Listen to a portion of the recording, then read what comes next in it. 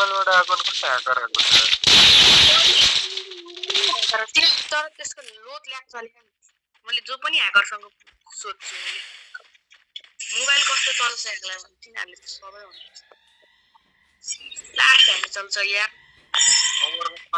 कभरमा ननिक्ला तिनीहरू नै निस्किन डरा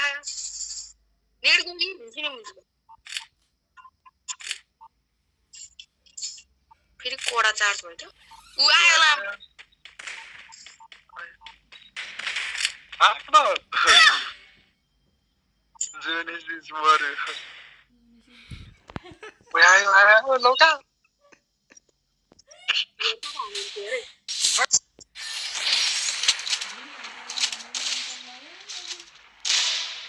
हेर्न ए काट्नी लाग्दैन यार कुन नम्बर